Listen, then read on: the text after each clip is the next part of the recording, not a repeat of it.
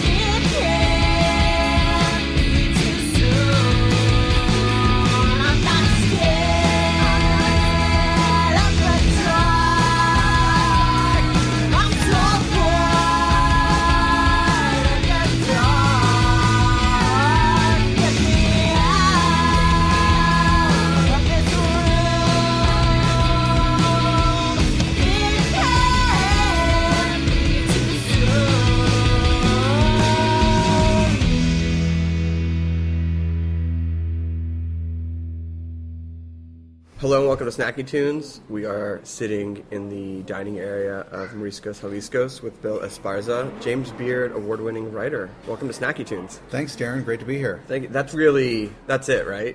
With all the titles. Yeah. That's the one that you lead with.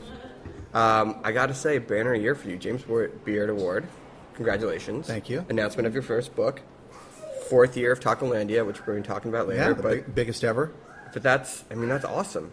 It's been a good year. And it's not over yet. No, we're not even halfway through. So let's go back to the beginning. Love of food, lifelong LA. What do you love about LA and the Latin American cuisine here, and that you essentially become the champion of?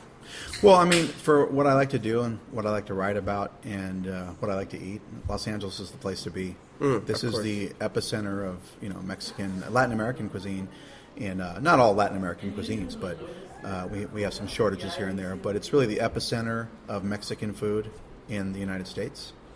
Yeah, moving recently from New York, while I do miss the pizza, I did find some good bagels out here and some passable pizza. Mexican food always came up short, and so living out here, actually, Mariscos was one of the first places I went to, and I went, okay, part of my culinary-ness is home. Yeah, I understand that. When I go to New York, I'm looking for pizza and bagels myself, not tacos. No, of course. So when did you start becoming this champion of the Latin American cuisine? How did you start to... Because, really, everyone's sort of known about LA cuisine and sort of the smaller ethnic pockets, and in the last few years it's grown to a more global recognition of its prowess. But when did you start picking up that mantle? Well, I started around 2007 with my blog, and I had already... Say your blog. Yeah, Street Gourmet LA. Fantastic blog. Which is, I'm not so active on there these days. You grow, but you started there. Yeah, I did start there. And I was also on Chowhound, which goodness. Let's not go back there. Wow, you just brought me back. I just had to take a moment there because I just went back to some Chowhound days. That's like middle school. You don't go back to visit. That used to be, if I was going somewhere, first stop for research, Chowhound. Now, not so much. Yeah. Yeah, no. Well, I got off there quite a while ago. Yeah. I was traveling as a musician. Sure. And that's how I learned a lot about this food. I went all over Mexico. At this point, I know 28 states. And not just I've stopped there. I went there. No. Went there multiple times, multiple cities. And so I got to do that touring with the singer Marisela. Oh, yeah. And then I also worked in, I did some stuff in South America, Central America. So I was getting to know all these cuisines, and I was looking for places to eat, and I was finding them. I was like, wow, we have this in Los Angeles. That's awesome, So you were going out, experiencing, and coming home being like, oh, wow, I didn't know that this was here. I didn't even know to look for this cuisine. Yeah, I just come back from Honduras, and I'm like, I want to have some Honduran food, and I would find places like, wow. And of course, I would try to find the best ones.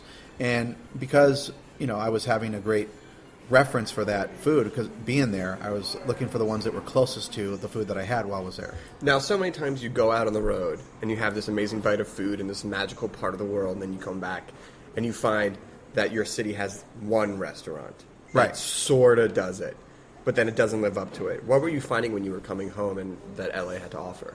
Well, I was finding, that, especially after being in places like Mexico City, where I've been so many times, is that the variety that we have here is it's such a broad view of Mexican cuisine, more than even Mexico City. Mexico City has better street food, has better, way better high-end cooking and mid-level and all these, and so much volume, but it doesn't have things like from Nayarit. You can't get Nayarit-style seafood. You can't get stuff like these tacos here at Mariscos Jalisco, Yeah, this is the type of place, and there's dozens, if not hundreds, over the city that you'd be lucky to have to in any town in any part of the world. Yeah, and we have places that really live up to their best version in Mexico, Now listen, I know asking you to pick favorites is like saying which child is your favorite, but for those who'd want a cross-section of restaurants when they come into LA and they have a weekend, what would you recommend?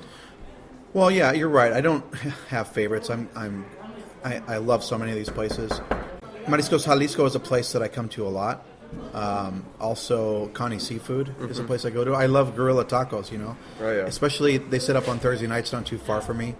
and there's a wine bar that they set up at, and so I'm at the wine bar and I'm having Silver Lake. Yeah, exactly. Silver Lake wine, tacos and wine. Exactly. That's my lifestyle. Yeah, it's beautiful. Shout out to those guys. Those guys are great. Yeah. So there's a lot of places. There's a place I go to. That's a house in East LA that they have birria. You know, I go there quite often. So that's the infamous house that's a little off the radar. Yes. Yes. We did a segment on CNN about that place. I remember seeing that segment and going like, I wish I knew someone who could tell me about it. And once we go off the record, you can tell me about it. Sure. So the passion's there. The knowledge is there. Let's talk about the James Beard Award that you got for food coverage. Were you surprised? Or were you like, I've put in this work, I sort of feel that everything is sort of going to this moment? Well, we felt really good about the issue from the get-go. My editor, Leslie Barger-Suter, and Mary Melton, you know, we were all very excited about this issue. And I would say putting it together was really, it's like, this is really interesting. No one's really done this before, quite like this. And also, tacos they've been having their moment, I would say, for the last couple of years, and they're continuing to have moments. So it's really the time to write this. Yeah, and I think tacos, and I'd love to hear your thoughts, are having a moment in more diversity than fried chicken and hamburgers did, which did have that when the recession sort of swung back to like a more comfort food. But tacos have such a diversity and like depth of flavor and importance in culture that I think there's a more significance there when you start to really scratch the surface. Yeah, and I mean, I'd say a couple of years ago, maybe 5 years ago, people were, forever, people have been trying to do like, I'm going to do fancy tacos. I'm going to, you know, bring my chef. And people have been trying to do that, and they weren't really doing well.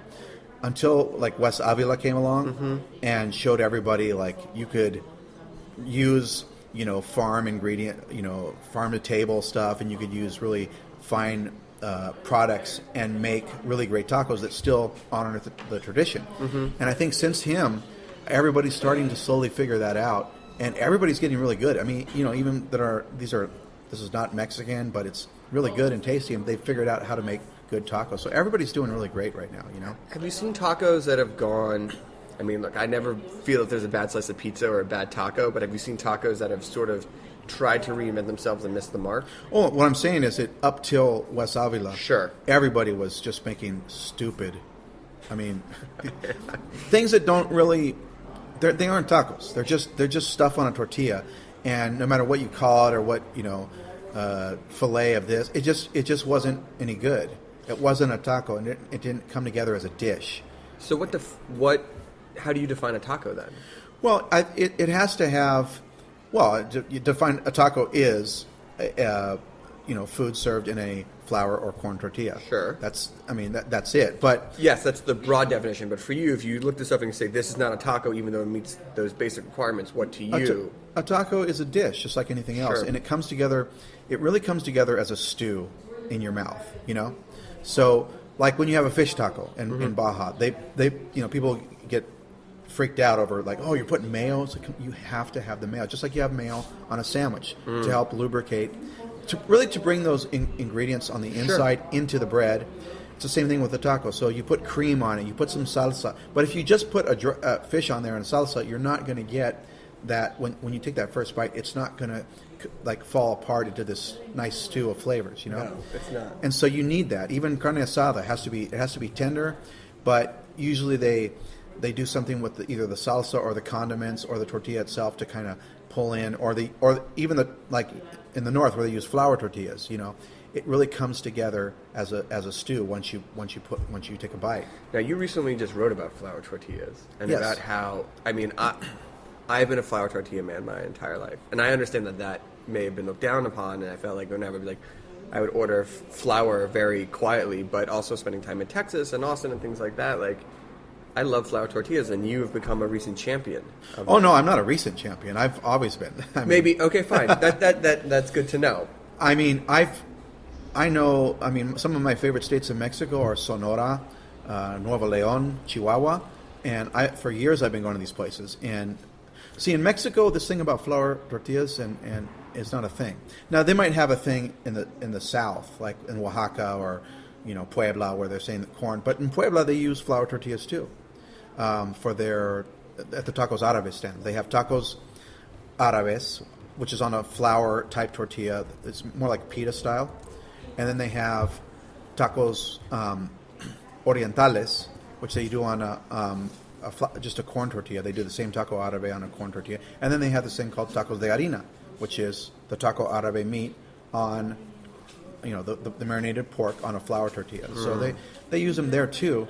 There isn't this thing. It's really more about non-Latinos not knowing Mexican food that are always saying things that are wrong. The people who get up at a huff who know the least about stuff. Well, I mean, you have even major writers in town that are, debating, saying that burritos are not as good as tacos. Well, burritos are actually tacos. They're tacos de harina. And in Mexico, everybody knows that. You might have a preference, or you might have a regionality thing where I'm from here, and, if you're from Sonora, flour tortillas are the best. Right. And they're amazing, And if you're from Chiapas, it's corn, So, but this kind of thing of saying that flour tortillas are not legit, it's really only coming from non-Latinos that don't know what the hell they're talking about. Right. So off the James Beard Award. Yeah. Off the championship of flour tortillas, you also have your first book coming out that you announced a couple of weeks ago. That's correct. I assume the subject is going to be... Well, it's, Prospect Park pitched me. Shout out to them. Colleen Dunn Bates, about this book, this idea she had called LA Mexicano. And the idea is no one's ever really done a book about LA Mexican food, which honestly, somebody should have done this a long time ago. But was this one of those ideas that you're like, please don't let someone figure this out before I do? Please, please, please. Well, I think that's what she was thinking. Yeah. I mean, that's what she relayed to me. Is like, I want to do this before someone else does it, and so I'm so honored to be doing it because I feel like this is something I've been really writing about over the past couple. I've talked about, the regional cuisines here, also the Mexican American, and also the new chefs. I think I've been on top of all that stuff. Sure. And so doing this book is just a natural extension of what I've already been doing. I mean, I think as a publisher, you're a dream writer to come along and the champion writing the book on all the other heroes. Yeah, it's time people, really in this country, it's time people started acknowledging, I'm talking about the mainstream press, acknowledging the Mexicans that are creating this food.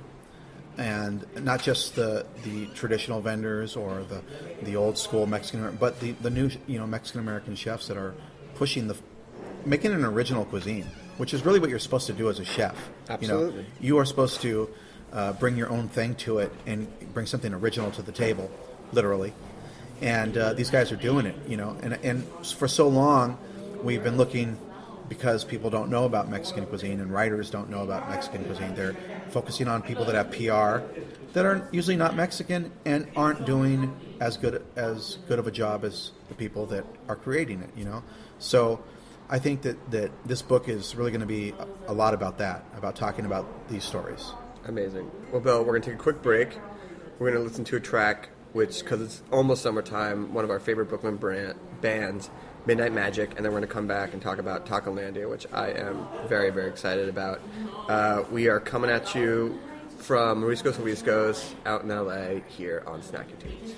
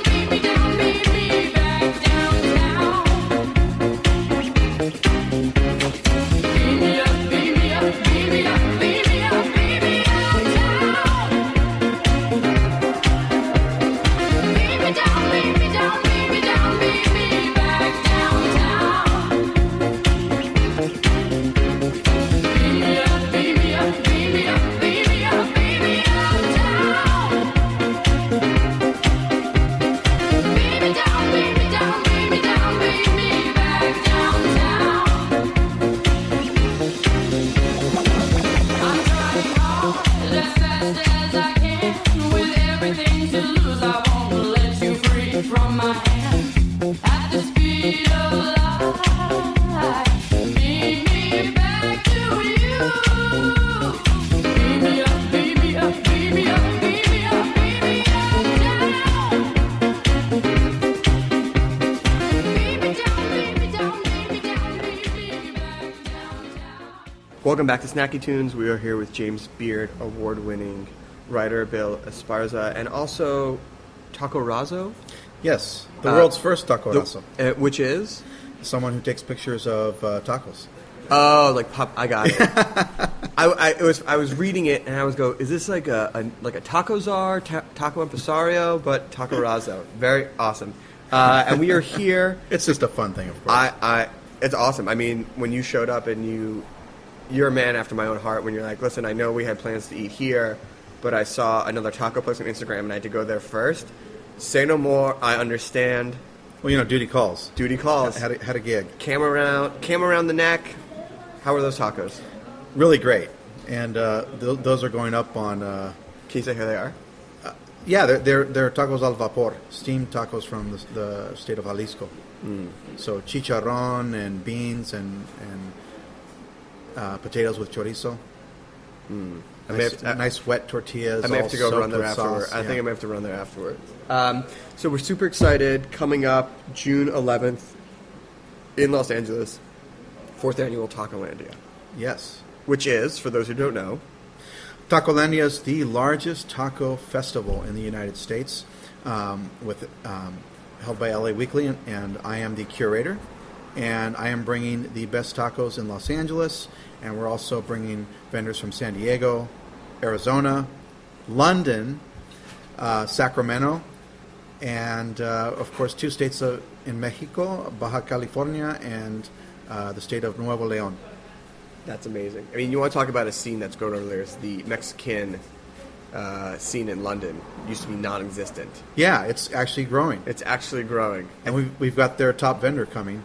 Which is? Bredos. Bredos, yes. I think I remember being there in 2003 studying abroad and paying $29 for a mediocre burrito because I had been missing Mexican food so much. But not anymore. So it's going to be happening June 11th. And how did it get started? Because, it sounds like, again, sort of the way your cookbook is, this amazing idea that's so obvious, the idea of getting the best taco vendors in the world in LA to come together is just such a smart play. So how did you come up with the idea, and how did you make it happen? Well, LA Weekly actually approached me. They had the idea to do it. Again, I think that because these things are coming, just exploding, Mexican, Latin American food, Mexican food, and tacos in the United States, LA Weekly decided to do a taco festival, and they came up with the name Tacolandia, and they just needed somebody to put them vendors on the street, so that's me. So no better than the guy who is the champion of the vendors themselves. So how do you go about picking a vendor? Like, what is it? I mean, you're going to have over 100 vendors this year. You started, I believe, with around 25, but obviously there's even more, 4 times, 5 times, 6 times, 10 times more than that in this city that you could reach out alone. How do you make the cut? Well, we're looking for people who are doing something special, sure, for the most part. Now, obviously, that gets to be more complicated as you grow bigger. I mean, there are not many Mariscos Jaliscos and Guerrilla Tacos and Carnitas al Momo in the city, but there are a lot of good vendors. So looking for people that do something that specialize, that have something special to offer, and are just really committed to doing what they're doing. So that's what we're looking for the most part. Let's talk about some of the vendors this year, and specifically what they are serving. Who are you? Is there anyone here that you've never had before, or you personally? Oh my gosh! Well, last year we had, I think, a little over 80 vendors. Wow! And this year we're over 125 right now. So I would say that there's a lot of new vendors. What are you excited about? Is there anyone what is the type of taco that most people may have not experienced that's going to be a Tacolandia? Well, I'm excited for some of these new places that are doing, like I said, they're kind of expanding on the different combinations of flavors and tacos. There's a place called Balam that's coming. Birreria Jalisco is coming for the first time. Oh, really? And they've been a fixture at the Plaza Mexico in Linwood, and I always thought they would be great. And I finally, it's really hard to just even to track everybody down all the time, and I was able to catch the owner and sit down and talk for a while, and they're joining us this year.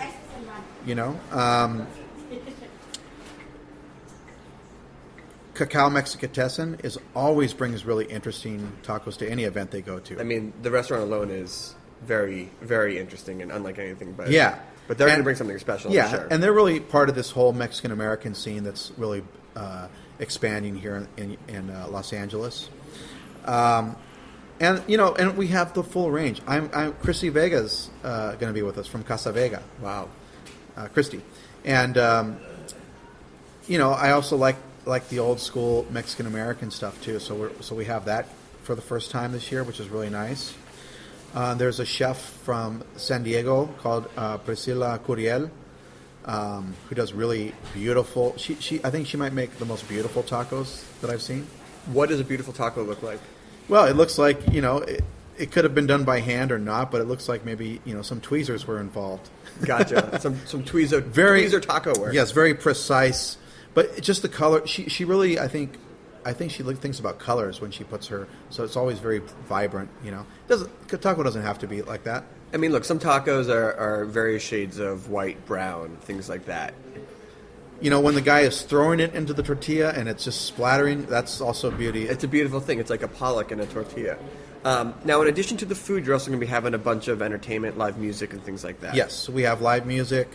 The thing is, because tacos are such have really touched all walks in Los Angeles. We get everything from like college girls out with their friends, sorority girls, like going like, I'm going to eat 20 tacos, dude.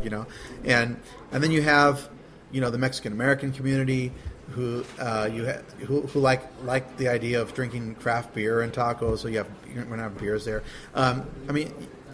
Every Asians are there, everyone's there. The entire, all of LA is going to be represented at this event, and everybody has one thing in common, is that they love tacos. And you're also working with the Vendy Awards, right? Yes. Love those people. Absolutely. I mean, what they have done for the street food community across the nation it's a mitzvah. Well, the first year we did an awards the first year, and a lot of events have their own self-contained awards, but to me, I'm thinking, does this really have any meaning? Right. So many of these awards that people get, they're like, you're the best whatever in the world at this little site that has 25 followers a day. Within this room, you are the top taco. So I didn't want to just come, and LA Weekly is a huge publication. Of course. But I wanted something that had a bigger, like a national reach. And so Vendy's have been talking to them about various projects over the years. And I said, hey, why don't you guys just come and do your Vendy Awards? They've tried to come to LA, and they haven't been. It's a tough market. There's a lot of vendors here. It's spread. I mean, it's just such a wide market. Yeah, and they don't live here, so it's hard for them to fly out and know Los Angeles in a weekend or 4 days. So this is a way for them to experience. Each year they're learning about new vendors that are here. Mm-hmm.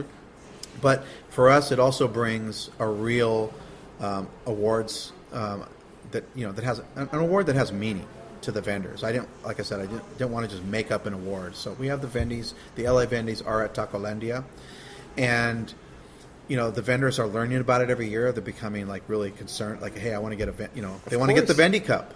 Of course, that Vendy Cup is awesome.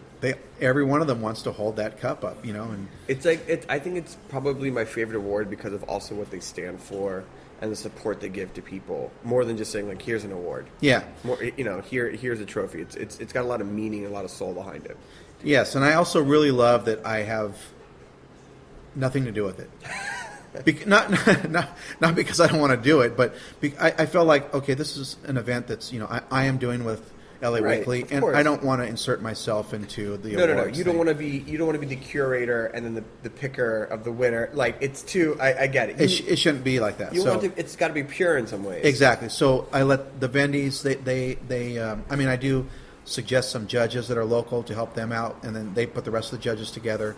and then I don't even talk to those people during the day. They're doing their own thing, and I'm just tending to the vendors, and that, I think it's a lot more pure, as you say, pure. It's great. And more meaningful. It is. Well, Bill, I want to thank you. If people want to go to Tacolandia, where can they go? Well, they just need to go to LA Weekly, Weekly's website, and on their phones, it's tacolandia2016.laweekly.com, and online, it's laweekly.com/Tacolandia, and tickets are still available. It's a lot bigger of an event this year, so we still have tickets. That's awesome. I'm going to be there. All right. I'm going to bring the wife. We're going to eat a ton of tacos. It's going to make a day of it. You have picked a good thing to do that Saturday. And if people wanted to read your articles, it's Los Angeles Magazine. Yes. And if they want to follow you on Instagram? It's Street Gourmet LA, and it's the same on Twitter, Instagram, and Snapchat. Ooh, across the board. That's right. How's your Snap game? Pretty solid. Oh, really? Yeah. My wife and I are going to coerce one of my friends, Jolena, to do a snack chat day where we feed her snacks, and she teaches us how to use that application. But all right, well, now if I need some 10-second taco stories, I know where to go. That Tacos al Vapor place from this morning, it's on Snapchat right now. There you go. Well, Bill, I cannot thank you enough. Congratulations on the book. James Beard, that is... How often have you worn that medal? I've been tempted to just kind of wear it for a month. Yeah. Believe me, I am tempted, but no, I do. It stays at home. What was that moment like when you won? Well, I wasn't able to go because I was somewhere else, and I couldn't go. I was really upset about that, and so I was watching on Twitter. I was watching the James Beard Foundation feed, and just nervously refreshing, and just okay. And then finally, when it came down and I saw it, I go, wait a minute. And I had to read it again. I read it a third time. You didn't believe? I was like, wait, is that like mentioning us that we were nominated? Is that? No. Oh my God, we won. And then just 2 days ago, the award arrived in the mail. Amazing. So that's. Well, then you should be wearing it. I mean, that's when I felt it again. I can't believe you're not wearing it right now. I would just have, or maybe just out of the back pocket, Anyway, well, thank you so much. We appreciate it. We're gonna be stretching our bellies, eating tacos in preparation for Tacolandia. Yes, intelligent choice. We have a song from Lucius, another one of our favorite Brooklyn bands, coming up, and you are tuned into Snacky Tunes here on heritageradionetwork.org.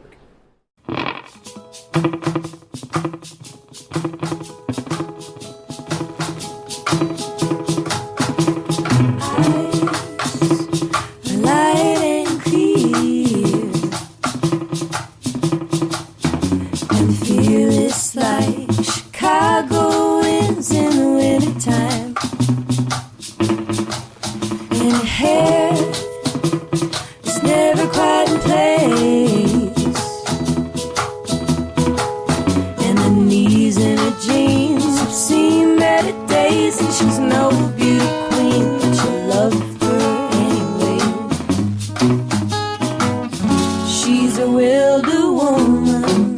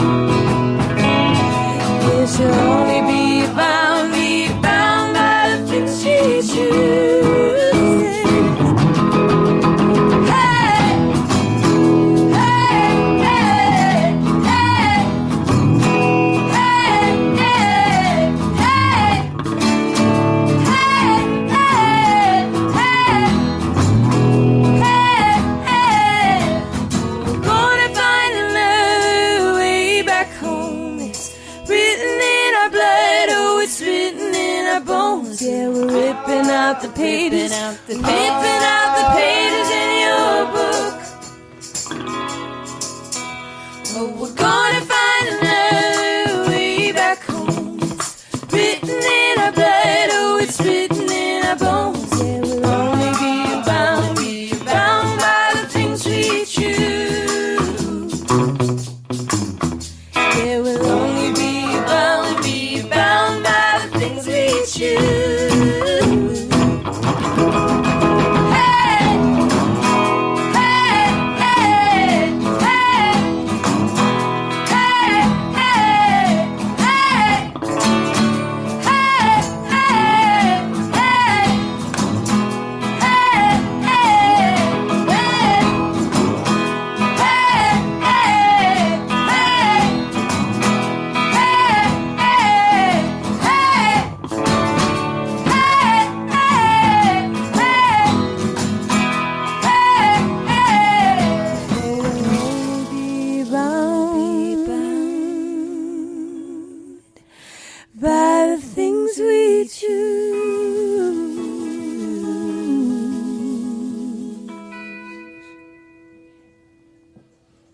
Nettle Meadow Farm Cheese and Spirits Pairing is a celebration of good food and beverages in the newly restored Barn Loft event venue at Nettle Meadow Farm in Thurman, New York. On Saturday, June 18th, come sample and savor, then buy your favorite cheeses and beverages to take home. Nettle Meadow cheeses have been praised highly in national media and have won prestigious awards from the American Cheese Society. Taste samples of goat and sheep cheeses paired with an array of local regional wines, beers, and ciders. You'll never forget your first sample of rich, creamy Kunik, Nettle Meadow's trademark cheese. In Esquire, our very own Anne Saxelby said, Kunik, it may very well be the sexiest cheese in the USA. Nettle Meadow Farm is a goat and sheep dairy and cheese company in Thurman, New York, just below Crane Mountain in the Adirondacks, between Gore Mountain, North Creek, and Warrensburg. It's owned and operated by Lorraine Limbiase and Sheila Flanagan. Both have a great love of animals, artisan cheese, and the unique challenges of farm life. Nettle Meadow Farm was originally founded in 1990, and it's the home of over 300 goats, dozens of sheep, and a variety of farm sanctuary animals. Again, the Cheese and Spirits pairing is Saturday, June 18th. For more information and tickets, visit nettlemeadowcheeseandspirits.com. That's Nettle, meadowcheeseandspirits.com. Welcome back. We are live in studio with Huh? Did I get that right? Did I say, you know? A lot of familiar faces around here from the past years in Brooklyn. You want to go around and introduce yourselves? Yeah. Hey, I'm Carrie-Anne. Hey. Hi, I'm Tia. And I'm Molly. I mean, the previous bands that you have all played in are like a greatest hits of like the last decade of Brooklyn. Two of us, for sure. Yeah. She's new to town. Yeah. Mm-hmm. Detroit? Detroit, yeah. Okay. What brought you to here from Detroit? I got a job at FIT. Oh. So. What are you doing at FIT? I'm a visual resources curator, which is a really fancy way of saying that I help faculty find the images and visuals that they need.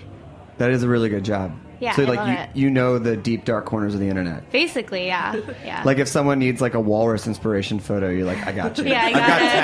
And I can clear the rights on it. Oh, yeah. perfect. Yeah, I Okay. won't get sued. It'll be all good. But between the Tia and Carrie, like I mean, it's seriously like I've seen you in so many different formations. You want to like run through Greatest hits. Greatest hits. The Fugue. Love the Fugue. I mean, you can stop right there. Greatest hit of all time.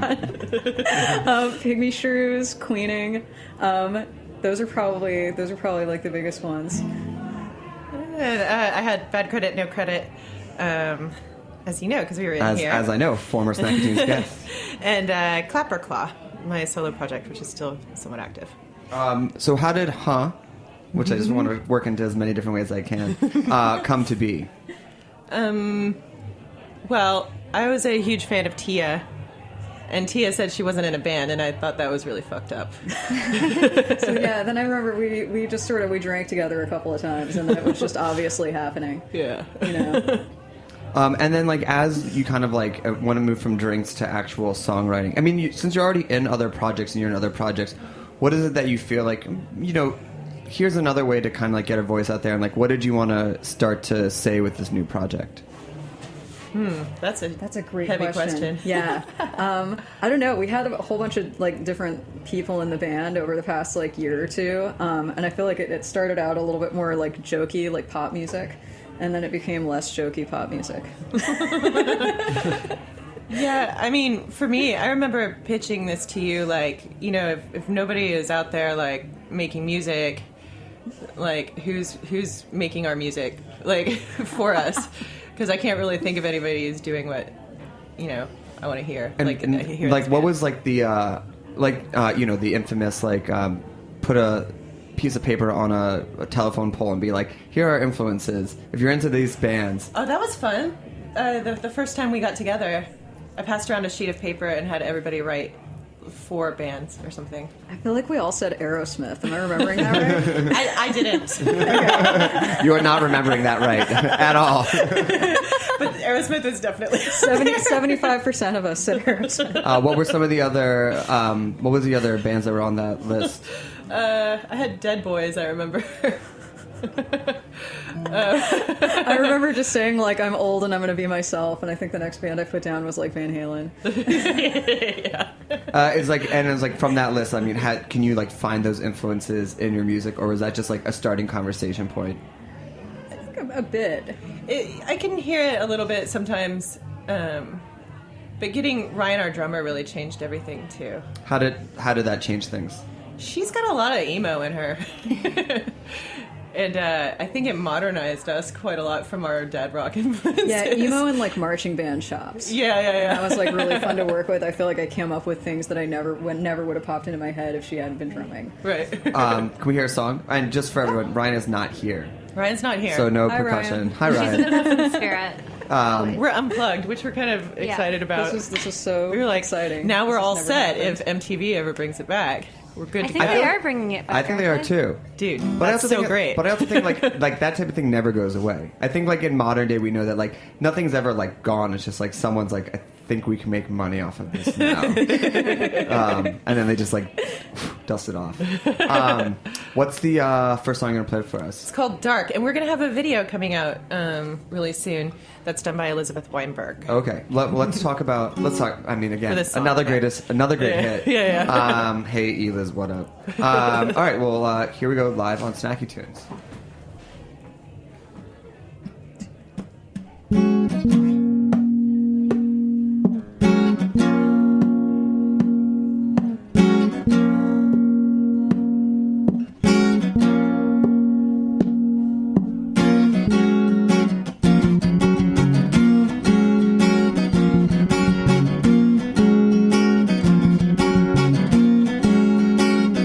Told me the dark things on his mind. Said he didn't think I'd get it. I'm so full of light. Reprimanded again for feeling good. He read me his poetry. I didn't find it dark. It wasn't particularly dark. He bared his soul. It wasn't so dark.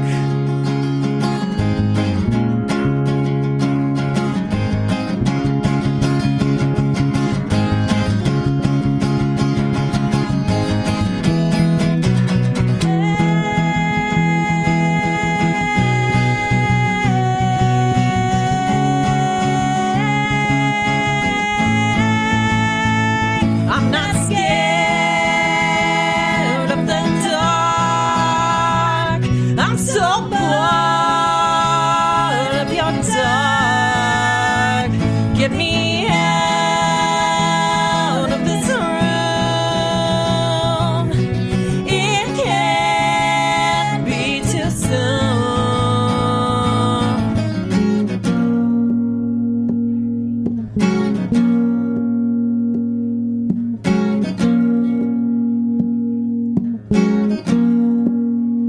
Deep thoughts he wants to share. I understand it, I just don't care.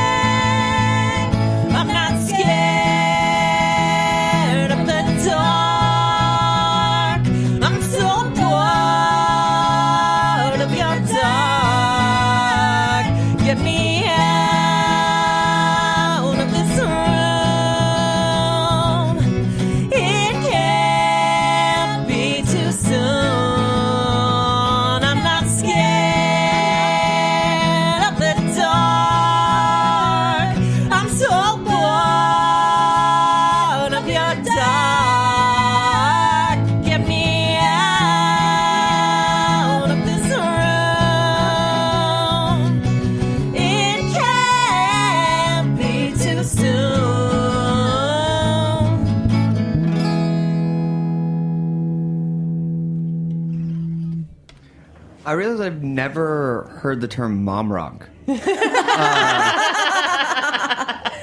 Like dad rock, I mean, but like mom rock, like that's not a thing, is it? Is that like the Indigo Girls? Or I would think mom rock is like yacht rock. I don't know. Maybe. I mean, I really don't think I've ever heard that's a classic mom rock song. Oh, maybe we can do that. Yeah. Because like Indigo Girls is not. What That's about, not like, mom rock. Maybe my mom would actually kill me if she. But I think Sorry, but they Riot Girl. A lot of those Riot Girls are now moms. Right. So it could be that Riot Girl is just like Our mom? Yeah. I mean, so it's like, I mean, just to kind of put it out there, because like there is like definitely some like really great feel the trees vibes going on here. That like, you know, it's super great to have sitting here in the studio. Thanks. But I know you said your drummer modernized you away from dad rock. So like, what were the 4 influences that Ryann put down to bring? She wasn't there that day. Oh, she wasn't. She just was an influence. Yeah, just her way of playing. Yeah.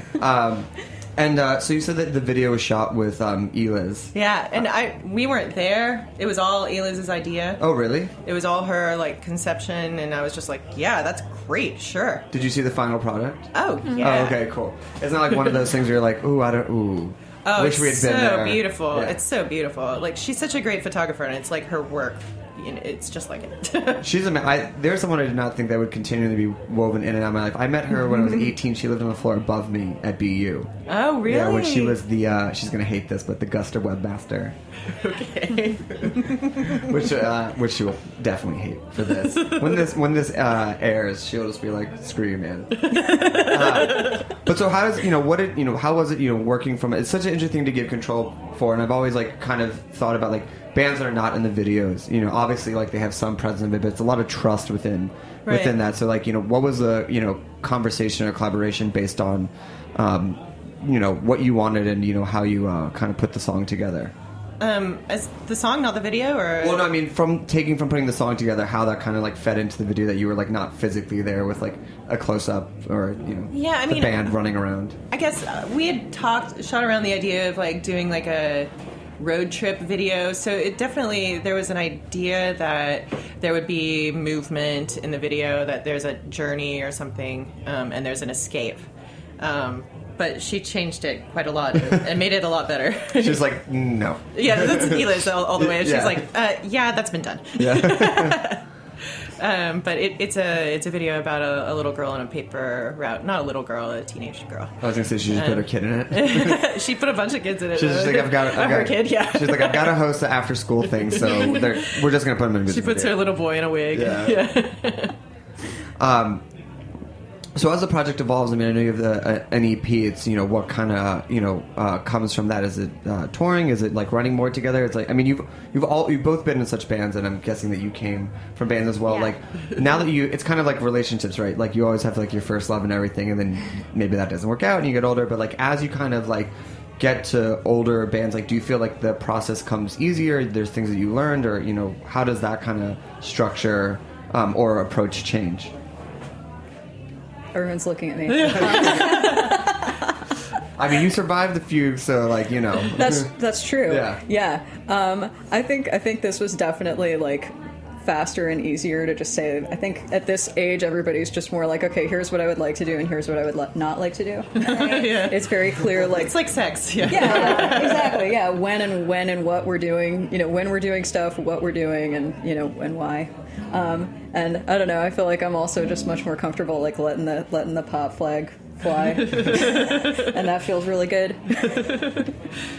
But I mean, like for like letting the pop flag fly, or being more open to suggestions. Is it more like you've been ground down by previous bands, or you have more of an understanding? Like maybe we can just try it this way, and it's like a something new that you might not have been open to before in the past. Oh, that's a really good way of putting it. I think now it's more like it's much more collaborative. I think as a young person, I don't know about anybody else here that's written music, but I used to get very sentimentally attached to like ideas just like because I'd had them for a while or because they were there. This is my idea. Exactly. It's like, no, but I've had that since high school and it needs to be the way it is. It's like, no, it doesn't. Yeah, I think I start realizing how many decisions are arbitrary, and I'm so grateful to be in a band with other people that will make those arbitrary decisions also. Because I think in the past mine haven't been collaborative because people just wait for me to tell them what to do. Oh, interesting. So it's just like, okay, this is moving past. Yes, yes, no, no, no, yes, no. Okay, now we're on to the next thing. Yeah. I don't know. This is beyond just like us being older and whatever. I think it's just a good group of people that is not overly defensive and just really wants to make good songs. So. Yeah, and I think too, like just coming from another state, something about New York, everyone here is just very like on the ball, I feel like, and so I feel like we're able to get things done quickly, especially because we pay by the hour for our practice fees. So it's like we're gonna get it done, you know, and that's been really nice. Well, I mean, they always say like from constraint comes the most creativity. If you have like all the resources all the time, there's no tension. Right. There's nothing to like rally or fight against. That's one of you two also mentioned about like, you know, churning through some band members, which maybe like when you were younger, you're like, oh, here are the 4 people in the room, we're going to be in a band. And like 3 years later, you're like, I can't believe I just spent 3 years with that person. I didn't even like them on the first day. Yeah. Do you want to play another song for us? Sure. What's this one? This one's called Stockholm, and it features me singing in really bad French.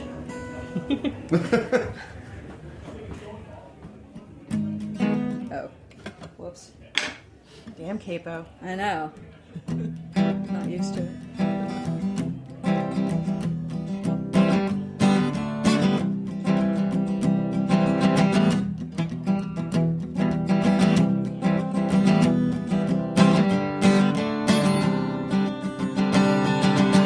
Tout me tire, tout toi vaut rien.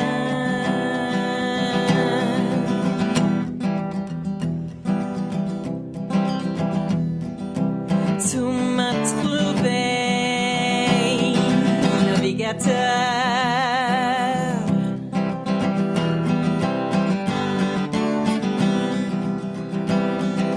Je peux pas m'échapper.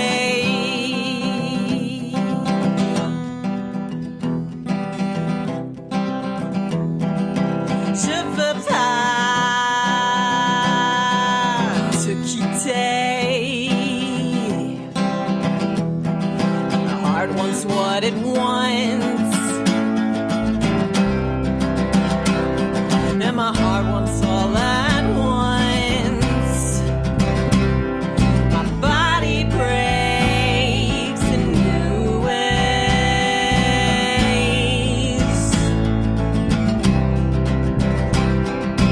My mouth has a new taste.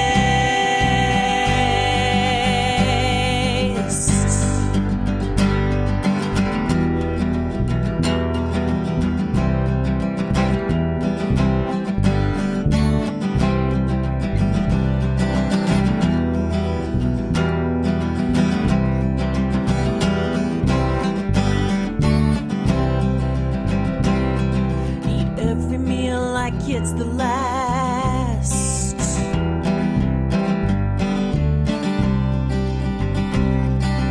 We made love like we could never last.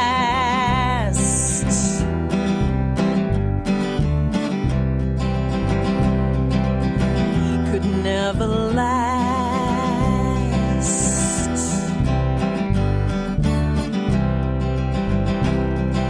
And I could never last.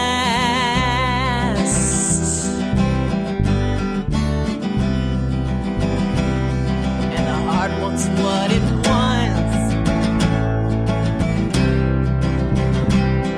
and my heart wants all at once. My body breaks in new ways.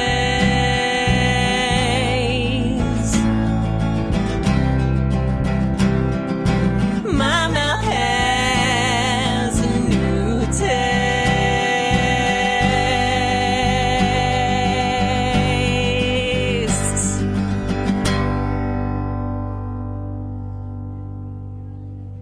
I don't think that you can say that you do something poorly before you do it. I think you have to like let people make their own judge. Like I would have never thought anything as like, oh, maybe that is bad. I don't know. I don't know. I played the recording for one of my French friends, and he was like, "You really need to enunciate." Yeah, that's like if I were to like cook for like a 3-star chef, he'd be like, "You really need to learn how to cook." So it's like you're setting yourself up. For most people, that's like. Yeah, you don't need to say that. But my justification for, I know my French friends will listen, so I have to. Oh, okay. Yeah. Oh, I got it. Oh, okay. Well, then I'm sorry. I apologize on your behalf as well. We're really sorry. But I think they should also probably apologize to me for many decades of French people singing in terrible accents. Oh, yeah, that's true. Okay, yeah. I mean, everyone's at fault here. So EP out, and then what kind of comes next? Tour? More That's writing? That's the big question, I don't really understand how this business works right now. We don't have like enough time left in the episode to talk about that. There's some great reading on the internet. Right. We're just trying to put out music and see what happens. It's there. It'll be there real soon. Okay, that's vague and open. Yeah. Yeah. Much like most of my life. Yeah. Okay. But any New York shows coming up or anything? The 5th of June at Sunnyvale is our EP release show, and then I'm gone all summer. So. Oh, where are you off to? France. Oh, I know where you can like get better at this. Yeah. Okay. Well, we want to thank you for coming on the show today. So good to run into you on the subway. Yeah, that was awesome. I mean, if I could run into someone on the subway every day and they'd be like, I have a band for the show, I would like never have to do any work ever again. I was like really hesitant to say hi because it's like the morning. Oh, yeah. But, I mean, I don't know. I feel like it can go both ways on that. Like, right. you can read if people are just like, oh yeah, not today. But no, I mean, I always still think it's magic that in a city of all these people at a specific time, you chose the same car, even like a specific spot. So it's like, right. I think that's like a little bit of like New York magic that you run into people on the subway. The subway churns up people and puts them in your face. It really does. I try to run to a friend who runs at the same time, and every time I try, I never do it, but every time I don't try, it's like a magical morning thing. So where can people find the EP, reach out to you, send you grammar lessons? We have a Facebook that's Huh New York, HUHNEWYORK, and a Bandcamp under that too. So okay, great. Well, thanks for coming on. What are you going to take us out with? This one's called Anise. Oh, nice. Thanks for listening. We will be back next week.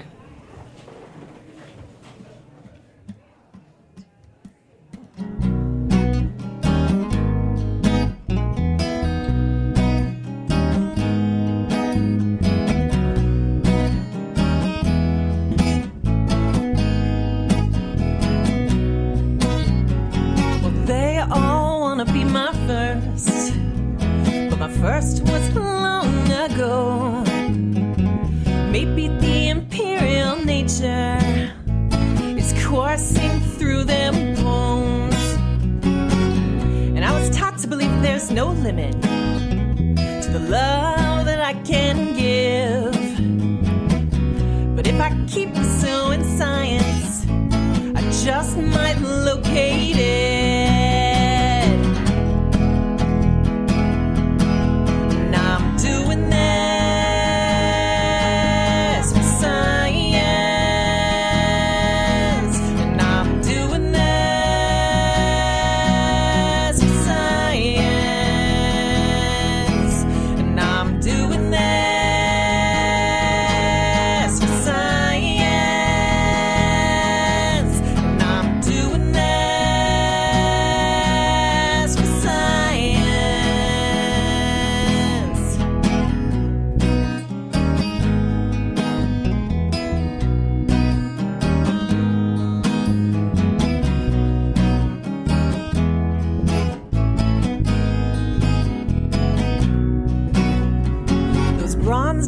From Marseille never do a thing they say, distract me with their eyes, and I start to fantasize, and I drink their anise cocktails, and the stories they regale, just an experiment I conduct when I wanna get a drink. And I'm doing this for science. And I'm doing this for science. And I'm doing this for science. And I'm doing this for science.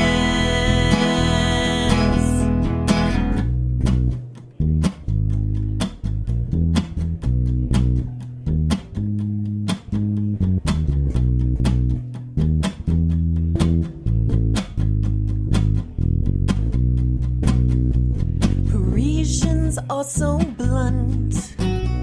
They take you by the arm and lead you to their flats, then turn on the old world charm.